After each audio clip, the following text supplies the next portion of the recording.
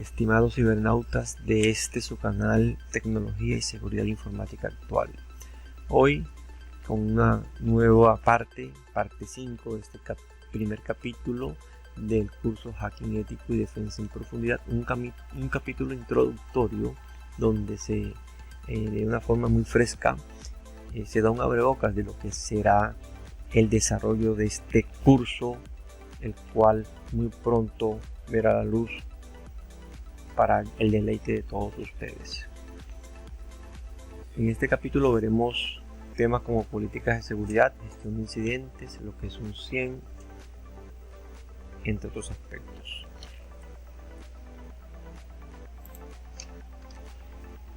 Hablemos de políticas de seguridad. Bueno, primero tengo que definir políticas. Son esas declaraciones de alto nivel sobre la protección de la información, reglas de negocio para salvaguardar la triada CIA. Las políticas de seguridad se pueden aplicar a usuarios, sistemas, socios, redes y proveedores. Las políticas son todos esos documentos donde se recopila las normas o las directrices que una empresa estipula para que su core de negocios tenga una seguridad robusta, ¿cierto? Para que su core de negocios, el desempeño de su misión, de su visión de la empresa, se dé a cabalidad. Ejemplos de políticas de seguridad comunes: política de contraseñas. Es un documento donde se plasma cuáles son los requisitos que debe tener la contraseña para los empleados de la empresa frente a los sistemas de información que estos manejan. Por ejemplo, establecer que la longitud mínima sea de 8 caracteres con mayúsculas y minúsculas y alfanuméricos. La política de uso aceptable, como por ejemplo qué se puede hacer y qué no se puede hacer con una computadora. Por ejemplo, dejarla encendida mientras se va a un momento a alejarse del puesto de trabajo, dejarla sin bloqueo, por decirlo así. Entonces, una política de uso aceptable debería ser cada vez que el empleado se levante de su puesto de trabajo por cualquier motivo y se vaya a alejar a nivel de distancia de su puesto de trabajo por una distancia considerable y tal vez en tiempo, tal vez también se vaya a demorar, pues lo ideal es que el empleado bloquee su sesión para que otra persona no se vaya a sentar en el computador a hacer algo indebido. Por ejemplo, política de retención de datos, por ejemplo, conservar los datos durante X tiempo. En este caso, pues ya la empresa sí determinará, por ejemplo, cuando un empleado sale de la empresa, cuánto tiempo va a mantener la información de ese empleado en las bases de datos, o cuánto tiempo va a mantener ese empleado las credenciales de acceso. O sea, el usuario de ese empleado lo va a mantener en estado inactivo, procurando que hay muchos empleados que salen por un tiempo y regresan y simplemente pues ese usuario se vuelve y se activa y no hay que volverlo a crear dentro del sistema. Habrá empresas que dirá que si un empleado que está inactivo ya más de 5 años, de 10 años, pues se le retira ya ese nombre de usuario. Puede ser un ejemplo de una política de retención de datos. En cuanto a los archivos de información también, cuánto tiempo un documento debe permanecer en archivo, en el archivo de tránsito de la empresa, o cuánto tiempo se requiere para que ya ese archivo pase a un archivo central, y luego cuánto tiempo para que ese archivo pues ya se declare inservible y se pueda eliminar. Políticas de control de acceso, por ejemplo, acceso a servidores, portafuegos. Digamos, esto define los recursos que se protegen y las reglas que controlan el acceso a ellos. O sea, la política de control de acceso define cómo puede un empleado de una empresa accesar una información, qué roles tiene dentro de un sistema de información, qué se debe proteger más en un sistema de información con relación a, digamos, a la estructura interna de las funciones que tiene un empleado dentro de una empresa. Digamos que el control de acceso se debe tener frente a un empleado de nivel asistencial, o qué control de acceso se puede tener frente a un empleado de nivel directivo. Política de acceso remoto, que especifica la empresa frente al acceso remoto a sus computadores, a sus sistemas. ¿Quién puede tener acceso de forma remota a un computador si se tiene un outsourcing, una empresa de outsourcing contratada para servicios técnicos frente a aplicaciones, a software? Se le puede dar acceso remoto a esa empresa para que, valga redundancia, en remoto tome posesión de un equipo y pueda un técnico de ese outsourcing en forma remota pues mirar qué está pasando con un software y ver cuál es el problema y ver si lo puede resolver de forma remota. Esa política, todo eso debe estar en un documento. Política de gestión de cortafuegos. ¿Quién tiene el acceso, la gestión y la supervisión de los mismos en una empresa? La política de conexión de red. ¿Quién puede instalar nuevos recursos? ¿Quién puede aprobar la instalación de nuevos dispositivos? ¿Quién está en la capacidad de documentar cambios en la red? Política de contraseñas. Esto define las pautas para usar una protección de contraseña segura en los recursos, como ya lo habíamos dicho. Si se requiere contraseñas seguras, si se requiere cambio de contraseña cada X número de días, si se requiere doble factor de autenticación. Todo esto se define aquí. Política de cuenta de usuario. Esto define el proceso de creación de cuentas, la autoridad, los derechos y la responsabilidad de las cuentas de usuario. O sea, qué rol tiene cada usuario, qué acceso tiene en el sistema de información cada usuario dependiendo el rol que tiene, cuál es la responsabilidad que tiene cada usuario frente al sistema de información que está gestionando. Política de protección de datos. Define los niveles de sensibilidad de la información, quién puede tener acceso, cómo se almacena y se transmite la información y cómo debe eliminarse de los medios de almacenamiento. Política de acceso especial. Esto define términos y condiciones para otorgar acceso especial a los recursos de un sistema. Cuando se deba dar acceso especial a un proveedor o a un outsourcing para hacer un trabajo específico dentro del sistema de información, que es un trabajo muy técnico y que tal vez necesita un nivel de especialidad muy alto. Entonces, como por ejemplo hacer un test de penetración por parte de un ethical hacker, se debe firmar unos documentos previos donde se le da acceso especial a ese hacker ético para poder comportarse como un ciberdelincuente y explotar vulnerabilidades y ver hasta qué punto puede atacar o puede explotar una vulnerabilidad y hasta qué punto puede llegar dentro de un sistema de información. Política de seguridad del correo electrónico. Esta política está diseñada para regir, pues lógicamente, el uso adecuado del correo electrónico corporativo. Por una política o una de las directrices de esa política puede ser no usar el correo electrónico para enviar correos personales. Enviarle un correo a un empleado, al papá, a la esposa, al esposo, al hijo, para cuestiones triviales de su hogar o de su familia. Puede ser una política específica en ese aspecto. Una política de uso aceptable. Esto define el uso aceptable de los recursos del sistema, o sea, no usar los computadores para navegar en páginas que no sean, digamos, que no estén dentro de las funciones del empleado.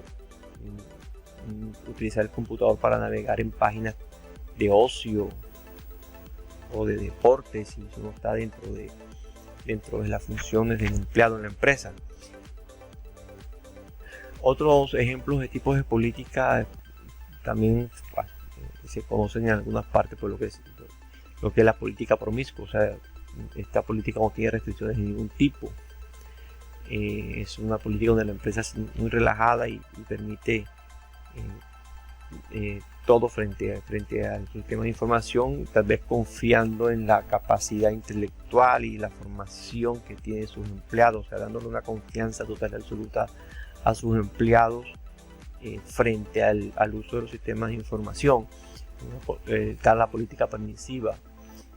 Digamos, esta política es aquella que comienza de manera abierta y solo se sabe que los servicios de ataque o comportamientos peligrosos están bloqueados. O sea, aquellos comportamientos o ataques peligrosos se bloquean, pero todo lo demás permanece abierto. Pues hay que estar actualizando esta política periódicamente, porque lógicamente los servicios de ataques van cambiando con el paso del tiempo, van saliendo nuevas formas de ataque y demás. La política prudente es una política que se conoce porque proporciona la máxima seguridad al tiempo que permite, digamos, peligros conocidos pero necesarios. O sea, digamos, esta política bloquea todos los servicios y solo los servicios seguros necesarios se habilitarán individualmente. Por ejemplo, una política prudente puede ser que se sabe que a través del correo electrónico puede llegar un correo malicioso tipo phishing, ¿cierto? Tipo phishing. Entonces, tal vez se capacite al empleado, al funcionario, para que aprenda sobre este tipo de correo malicioso que puede llegar, pero no se bloquea la entrada de ese tipo de correos al buzón del empleado, porque tal vez la empresa maneja mucha información vía correo electrónico y establecer un filtro de tipo spam podría afectar su core de negocios. Tal vez una empresa muy comercial o que se dedica a publicidad y tiene muchos clientes, entonces ponerse a filtrar correos, digamos, estableciendo políticas de phishing, podría generar que muchos correos reales se pueden ir a spam, y eso podría afectar la productividad de sus empleados. Política paranoica. Esta política prohíbe todo. No se permite la conexión a internet, o el uso de internet está severamente restringido.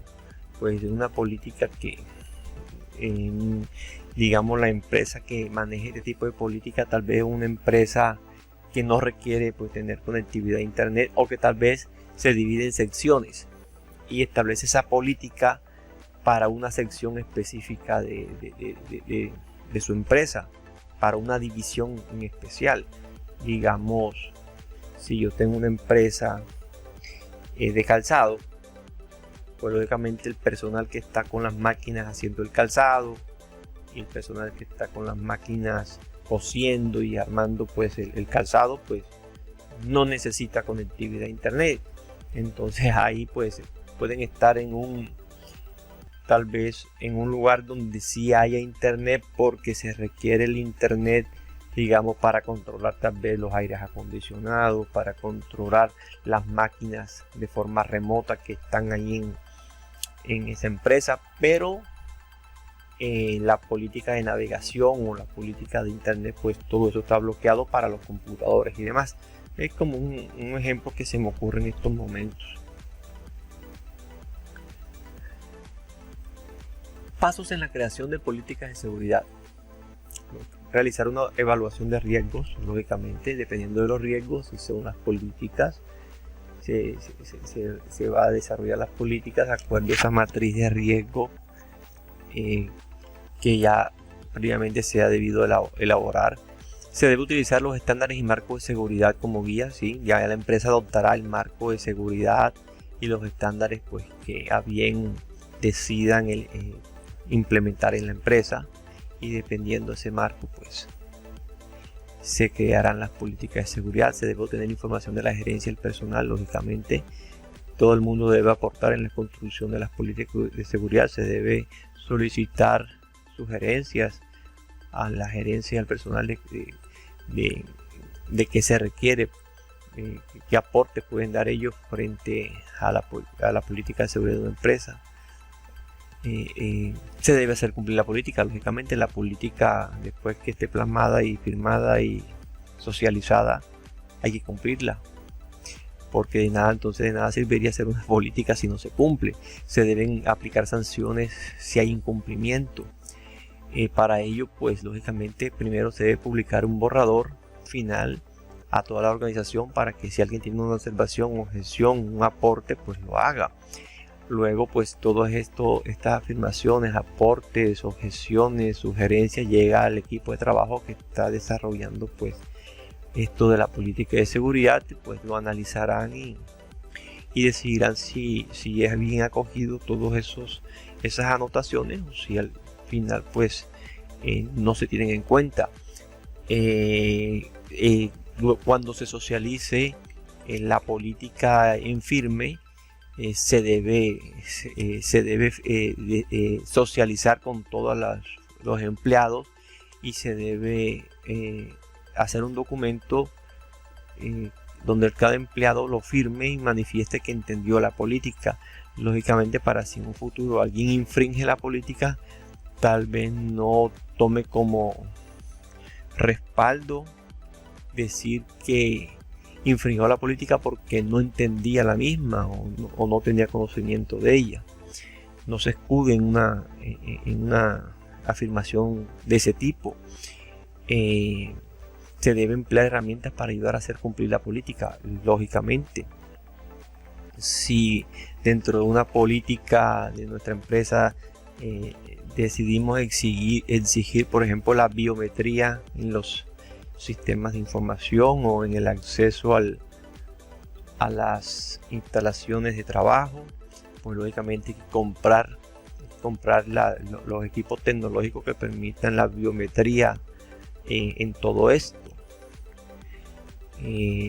Por poner un ejemplo, se debe dar formación académica al personal, claro, para que esté al día y tengan bien claro, como lo dijimos anteriormente, que entendieron la política, la conocieron, se socializó y la entendieron. Y no solamente las políticas de seguridad, sino todo lo que concierne a seguridad informática, porque esas políticas se va a tratar de temas sobre seguridad informática. Entonces lógicamente hay que socializarle, hay que hacer una formación académica al personal sobre todo lo que realmente se requiere que un empleado hoy en día sepa sobre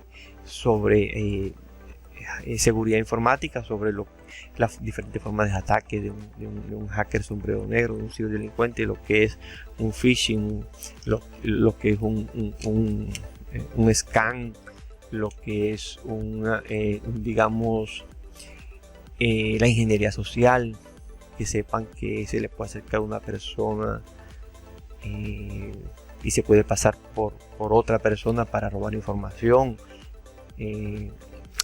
Toda esta parte de términos que todo funcionario o todo empleado el día de hoy debe conocer. Las políticas de seguridad se deben revisar y actualizar regularmente, lógicamente, porque cada día aparecen nuevas tecnologías, nuevas formas de ataque. El mundo es cambiante a nivel tecnológico, entonces igualmente las políticas deben estar revisando y se deben estar actualizando regularmente. Hablemos ahora de un proceso de gestión de incidentes. Primero que todo, pues definir qué es incidente. Es un evento que podría conducir a la pérdida o interrupción de las operaciones, servicios o funciones de una organización. Realmente, cuando hay un incidente, significa que se explotó una vulnerabilidad. Así de sencillo, se explotó una vulnerabilidad y se dio un incidente. Por ende, si se explotó una vulnerabilidad, se puede decir que una amenaza se hizo efectiva. La amenaza de que alguien entrara a un sistema de información se hizo efectiva. La amenaza se concretó y la vulnerabilidad se explotó. Así de sencillo. Entonces, para un proceso de gestión de incidentes debe haber una preparación, debe haber un equipo de trabajo, un equipo de gestión de incidentes. Debe contar con un equipo de trabajo que debe contar con analistas de malware, con hackers éticos, debe contar con personal de redes, debe contar con auditores en la norma que esté implementada en la entidad, como por ejemplo si tienen la ISO 27001, bueno, auditores expertos en esa norma. Debe haber un equipo de trabajo de personal muy técnico y muy capacitado. Y lógicamente debe haber un software de dirección y análisis, que es ese software que maneja un personal también experto y que mediante este software se determine si ha ocurrido un incidente. Por ejemplo, un IDS, un software de identificación de detección de intrusos. Un antivirus empresarial. Cuando hablamos aquí de antivirus, hay que tener en cuenta que los antivirus empresariales son diferentes a los antivirus personales que tenemos nosotros comúnmente en nuestros equipos. Un antivirus empresarial entrega una serie de herramientas adicionales y poderosas a las empresas. Por ejemplo, además del software del antivirus que se instala localmente en los equipos, pues normalmente estos antivirus vienen con una serie de consolas o de herramientas de trabajo que permite analizar muchas cosas a nivel de la red de la empresa. Permite ver, digamos, qué tipo de ataques de virus se pueden estar dando. Permite ver cómo están las bases de datos a nivel de la actualización de la firma de la base de datos del antivirus, de la base de datos del antivirus en cada equipo. Se puede ver si un computador, si un equipo, digamos, no tiene la firma de la base de datos de antivirus vencida hace mucho tiempo. Entonces empieza a dar alertas. Por ejemplo, si hay 20 o 30 equipos de iguales características, marca, modelo y software instalado, porque una base de datos de un equipo que tiene conectividad, que su usuario no reporta ningún inconveniente frente a la conectividad a internet de ese equipo, ni ningún inconveniente de otro tipo, porque ese equipo, que es un equipo gemelo de otros 29 equipos, por decirle algo, no se le ha actualizado la base de datos de la firma de ese antivirus. ¿Será que hay un malware que está bloqueando esa parte? Entonces, cuando hablamos de antivirus, pues hablamos de antivirus empresariales, que tienen una serie de herramientas más avanzadas que permiten pues estar gestionando cualquier tipo de incidente dentro de la empresa. Y ya cuando hablamos de un CIEM, que es ese software que permite registrar, monitorear todo lo que se registre dentro de un sistema de gestión, genera una especie de log de transacciones que permite determinar si existe alguna anomalía. Pues el mismo software lo empieza a generar alertas. Entonces, luego de que ya existe una preparación, o sea, un equipo de trabajo, de que existe pues el software pertinente para detectar y analizar, ahí sí definimos lo que es la gestión de incidentes, que es un término que describe las actividades de una organización para identificar, analizar y corregir peligros para evitar que vuelvan a ocurrir en el futuro. Lógicamente, cuando hay un incidente y todo este equipo de trabajo entra en función en compañía de todas estas herramientas de software, y al final pues se detecta la vulnerabilidad, se detecta qué amenaza pues fue la que se dio en concreto, se mira, se hace un análisis de riesgo nuevamente, se actualiza la matriz de riesgos, luego de todo esto que ya se detectó la vulnerabilidad y se hizo la corrección, se aplicó el control respectivo, pues lógicamente tiene que plasmarse todo esto en un documento donde se manifieste pues qué control se aplicó, y luego pues tener que hacer un seguimiento a todos estos cambios, estos controles que se aplicaron, para ver si realmente fueron efectivos y que a futuro no se vuelva a repetir. ¿Por qué? Porque cuando se da un incidente de este tipo, el ciberdelincuente puede dejar en el sistema de información un backdoor, un rootkit, un troyano tipo Remote Access Trojan, como manifesté en videos anteriores. Y estos malwares casi siempre se aprovechan de vulnerabilidades 0 days, o sea, vulnerabilidades que solamente conocen los mismos ciberdelincuentes que fueron los que detectaron esa vulnerabilidad.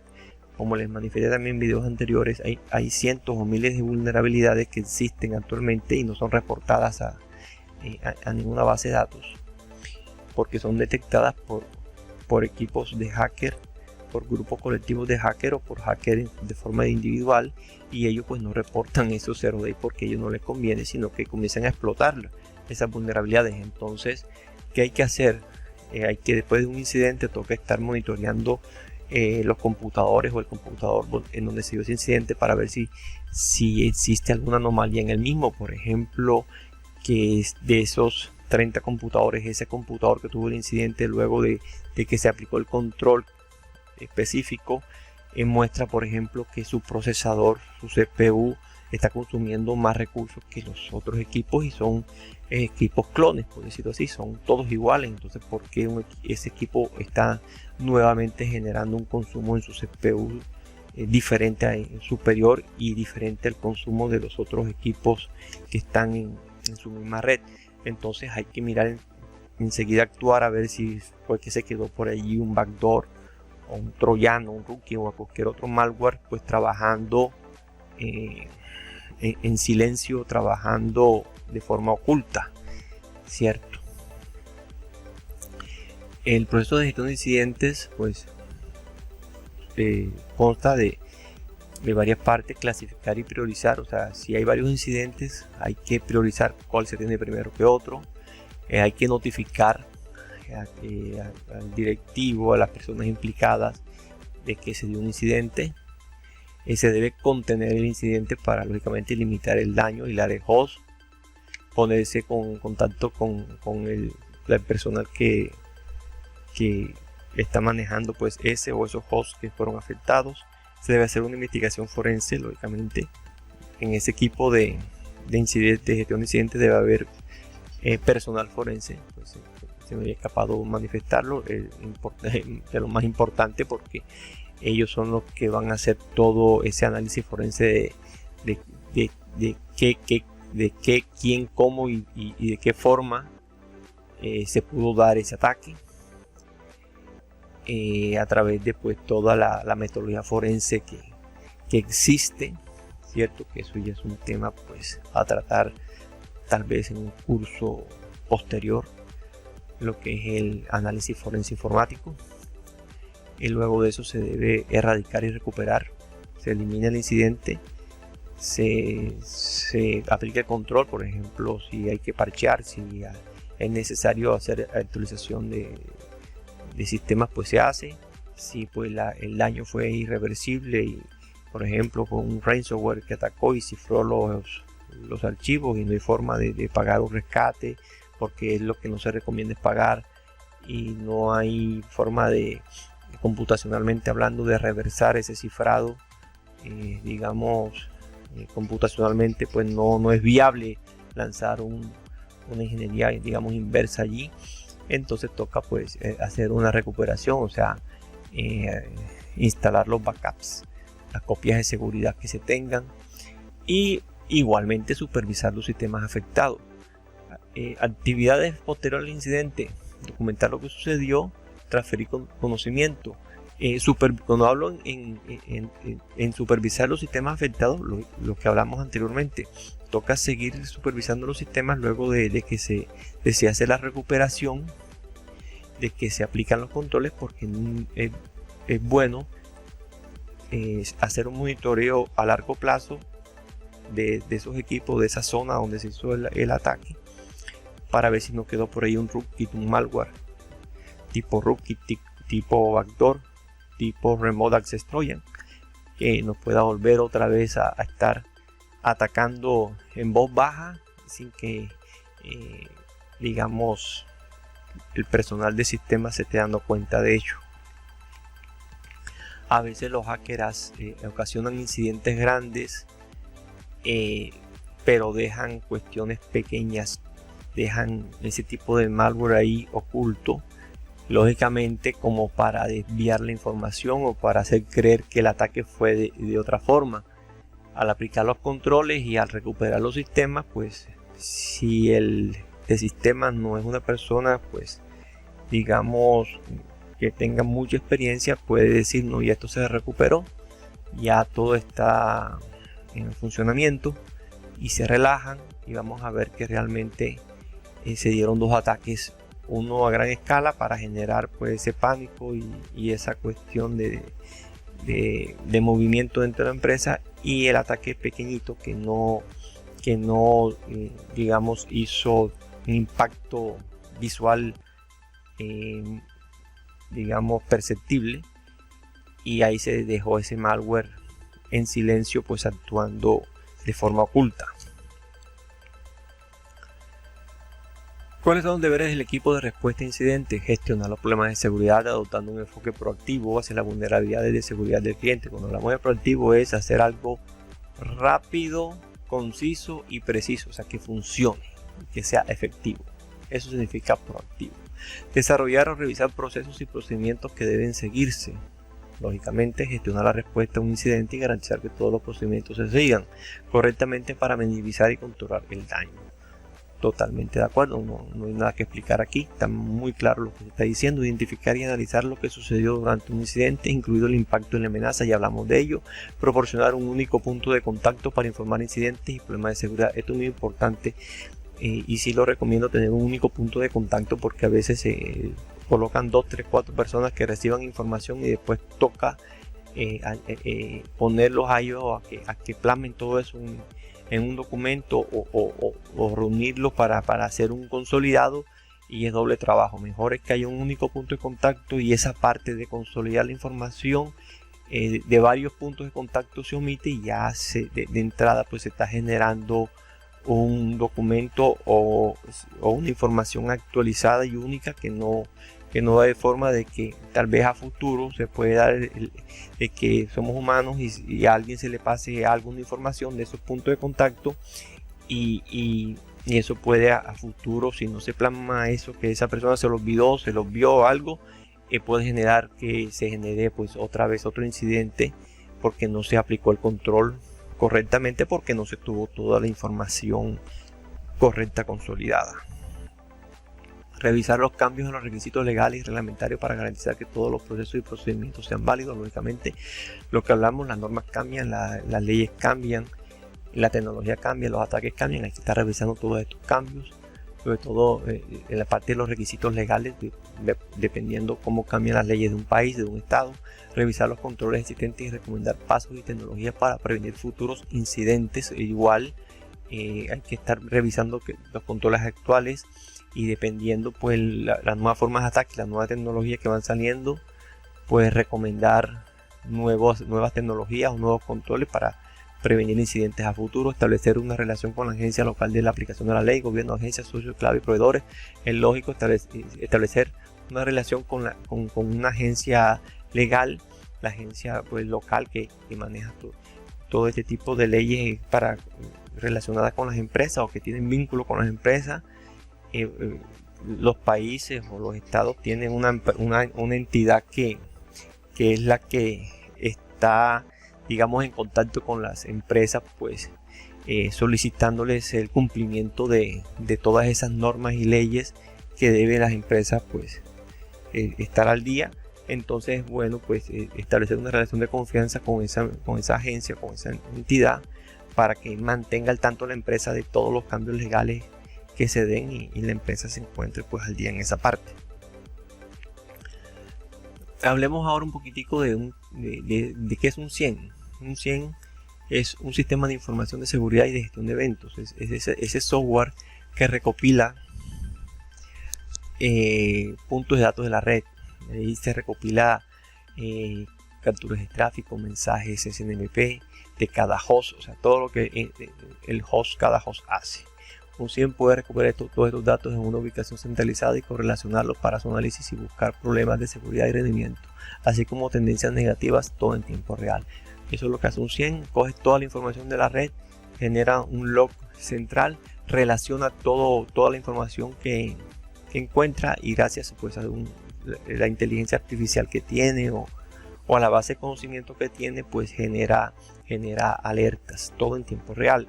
¿Qué hace un CIEM? Los pasos que hace, pues agregación, recopila datos de fuentes dispares y organiza los datos en un solo formato. Cualquier dispositivo dentro de un sistema CIEM que recopila datos se denomina recopilador. El CIEM se encarga de recopilar datos de fuentes dispares y organizar los datos en un solo formato para que de esta forma se puedan generar las alertas pertinentes. Luego de que se tiene todo eso, se hace una correlación, que es esa lógica que analiza los datos de fuentes dispares y puede, después de tomar todos esos datos, hacer un análisis gracias a la lógica que estos sí entienden, a la inteligencia artificial, y generar alertas o inclusive activar digamos, algún tipo de correo electrónico, algún tipo de mensajería que permita que los responsables de la seguridad de esa empresa pues tomen conciencia inmediata de lo que está pasando. Por ejemplo, cuando se supera un umbral en algún tipo de transacción, que normalmente el número, por ejemplo, de transacciones de correo electrónico son 1000 y llegó un momento que llegó a 10.000, entonces ahí se activa una alarma, por decir un ejemplo. Y la normalización, pues es un CIEM en realidad creará múltiples tablas y organizará todo de manera que los datos queden más eficientes y se permita que nuestras herramientas de análisis e informes funcionen mejor. Eso como una normalización de una base de datos. Esto funciona igual que la normalización de una base de datos. Una base de datos existe las formas normales, donde se va normalizando todo para que quede todo más coherente. Aquí igual. Aquí lo que hace el CIEM es que hace una normalización de toda esa información que recopila y digamos depura lo que nos sirve, relaciona datos similares o duplicidad de datos en un solo campo. Y al final esto redunda en que ese sistema de información se vuelve más eficiente y las alertas que brinda pues son más coherentes, son más efectivas, son más reales, son menos falsos positivos. Herramientas 100 populares, pues de las muchas que hay, de las miles, cientos, no sé, Splunk, SolarWinds, Fusion, IBM Radar, Logrim, Logstash, Kibana, entre muchas otras herramientas 100. Existen algunas gratuitas, open source. Existen lógicamente las que son propietarias de pago. Ya eso queda pues a elección de la empresa. Nosotros en nuestros equipos de forma local, personal, también podemos instalar herramientas de estas, pues eso queda a consideración de cada uno de ustedes, pues tomarse el día a día de estar revisando este tipo de herramientas. Lógicamente se puede instalar y solamente dejarla para que generen alertas, y pues lógicamente pues ellas normalmente están generando alertas, y tener el tiempo necesario para el día a día estar analizando lo que estas herramientas nos están arrojando. Bueno, hemos llegado al final de esta quinta parte de este primer capítulo. Espero muy pronto la sexta parte de este primer capítulo introductorio al hacking ético y la defensa en profundidad, de este curso que se va a desarrollar muy pronto, como le he venido diciendo en videos anteriores, dependiendo pues la aceptabilidad de este nivel introductorio, de ver las suscripciones que tengamos en nuestro canal, de ver el número de crecimiento, de la visualización de estos videos introductorios. Veremos si colocamos el curso avanzado que empieza a partir del capítulo 2 de forma gratuita aquí en canal de YouTube, o si lo hacemos en otro medio pues de pago, o si lo hacemos de forma híbrida, una parte pues gratuita pues en estas plataformas como YouTube, y otra parte pues ya con algo de costo en otra plataforma. Pero todo depende de la aceptación de ustedes, del crecimiento del número de suscriptores, del número de visualizaciones de estos videos, si realmente están siendo aceptados y están siendo asimilados los conceptos que se están dando, que como le digo, pues se está dando muy someramente, porque es un abrebocas, es mirar muy por encima todos los temas que se van a ver en el curso en sí, y que lógicamente pues todos estos temas en un video de 40-50 minutos pues tratarlos a fondo es prácticamente imposible. Entonces de nuevo los invito a socializar este curso, los invito a que traigan nuevos adeptos a este canal, los invito a visualizar pues todos los videos y para que vayan viendo todos los conceptos que ellos se manejan y todo lo que se va a tratar en el curso como tal. De nuevo, muchas gracias y bendiciones a todos. Nos estamos viendo muy pronto en la sexta parte de este nivel introductorio.